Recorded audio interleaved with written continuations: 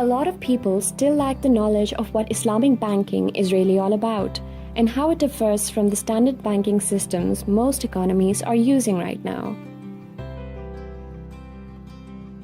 There are countless misconceptions, misinformation, and fallacies about the dissimilarities of these two banking systems. Although Islamic commercial banks have many products similar to those offered by conventional banks, the two entities differ conceptually. One key difference is that conventional banks earn their money by charging interest and fees for services. It is profit-oriented, whereas Islamic banks earn their money through profit and loss sharing, trading, leasing, charging fees for services rendered, and using other Sharia contracts of exchange. Islamic banking is a banking system based on Islamic Sharia laws. Interest is completely prohibited in Islamic banking. It is asset-based financing in which trade of elements prohibited by Islam is not allowed. For example, you cannot take a loan for a wine shop.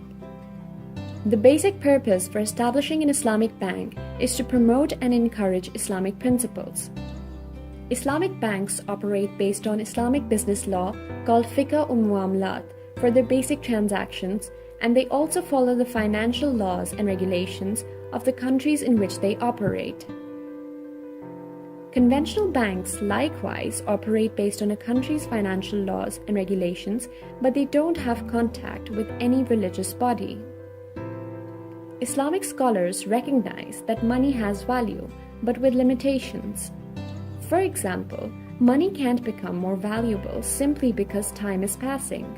However, the value of money can increase if it's invested in a project that itself is increasing in size, in success, and so on.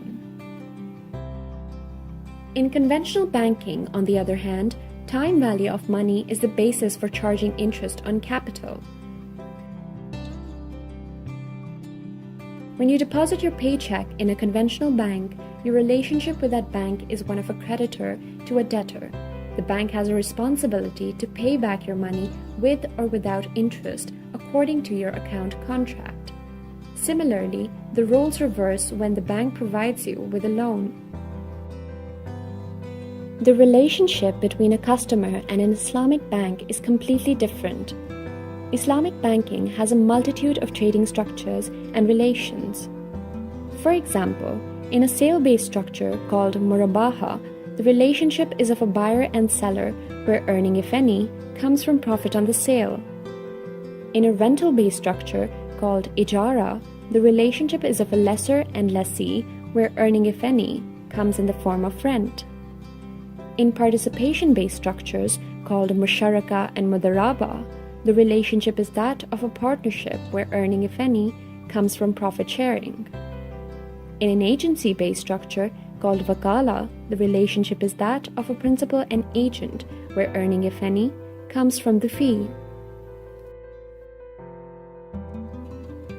Investments in conventional commercial banks are based on guaranteed principal and earning a fixed amount of income.